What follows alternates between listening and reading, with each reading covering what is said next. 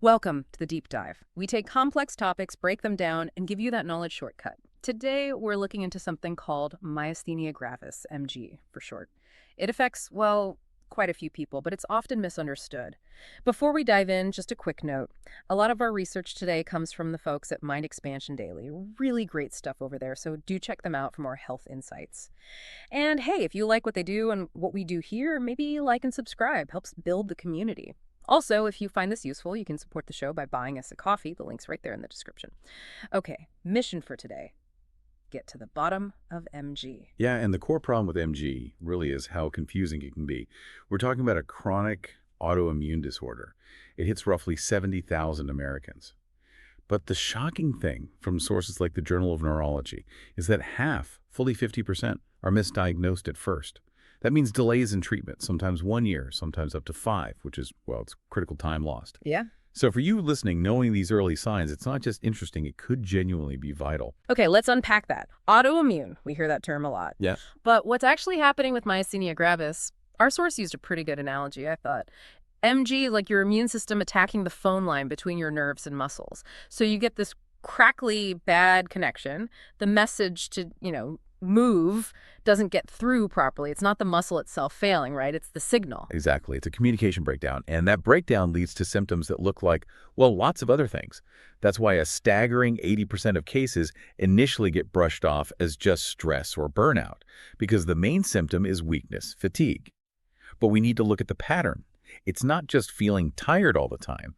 It's specific muscles getting weaker with use, often worse as the day goes on. Right. Okay. So if 80% get dismissed as stress, how can someone, tell the difference between burnout, which so many people feel, and this kind of fatigue? Is there something clinically different in how that weakness shows up? There absolutely is. It's about consistency and specificity. Let's walk through the 7 key symptoms, like the ones highlighted by the Myasthenia Gravis Foundation. First, muscle weakness. This hits 90%. And it's not just feeling a bit weak, it's often profound weakness in specific areas, limbs, face, eyes. It's predictable fatigue, like maybe you can lift something heavy once, but try again right after. The muscle just gives out. Second, that pervasive fatigue affects 80%. This is that extreme exhaustion we mentioned, tied directly to muscle activity. It reliably gets worse with use. I know the face is often where things start. What should people look for there? Because drooping eyelids could just be seen as getting older or maybe a nerve issue. That's a really common starting point. So number 3, drooping eyelids or ptosis affect about 60%. And here's a key thing.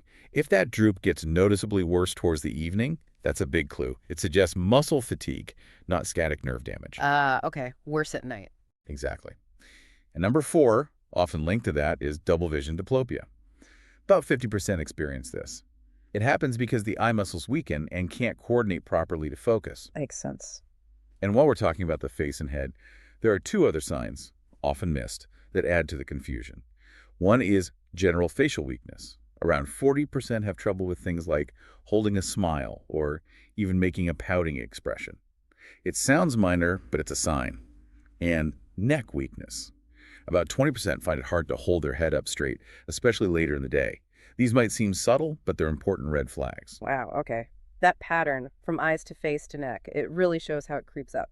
So moving on from the head, what about functions where muscle failure is, actively dangerous? Right, that's where we get into communication and safety. Number 5 is difficulty speaking, maybe slurred speech or nasal quality to the voice. That affects about 30%. Then number 6, trouble swallowing, affects 25%. This one is particularly risky because it can lead to choking or aspirating food or liquids. Yeah, that sounds serious. It is. And finally, number 7, shortness of breath. This hits about 20%. This is critical because it means the muscles used for breathing, the chest muscles, are getting tired. If they fatigue completely, it's an immediate emergency. Needs ventilation. Okay, so these symptoms, they can be quite varied and sometimes subtle, which clearly explains the diagnostic challenge. And research points out something else important here.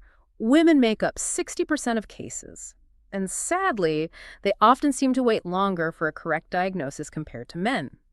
That story we read about the 35-year-old woman, her weakness, the droopy eyelids dismissed as stress for years. That's exactly it, isn't it? A textbook example of that 80% dismissal rate. It is. And to fix that delay, we need to understand why the immune system is doing this. In about 85% of cases, this is what we call the classic autoimmune attack. Specifically, our sources mention AChR antibodies. Remember the bad phone line analogy? These antibodies are like rust building up on the phone's receiver. They physically block the nerve signal, the chemical acetylcholine, from properly connecting with the muscle. Okay, so the antibodies block the signal. Does that hold true for all cases? What about the thymus connection you mentioned, about 15%?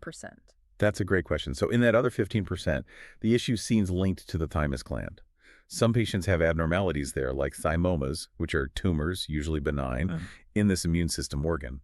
The thinking is that the thymus might be where the immune system mistakenly learns or gets programmed to produce those harmful antibodies. So the end result is the same, that blocked signal, the weak connection, but the sort of origin story of the attack is a bit different. Right. So if a doctor suspects MG, how do they actually confirm it? How do they nail down that it is this rust and not, say, a stroke or just chronic fatigue syndrome? Yeah, testing has really improved our ability to be certain. Yeah. There's sort of three main pillars. First, blood tests. These are really effective. They can detect those specific AChR antibodies in about 80% of patients.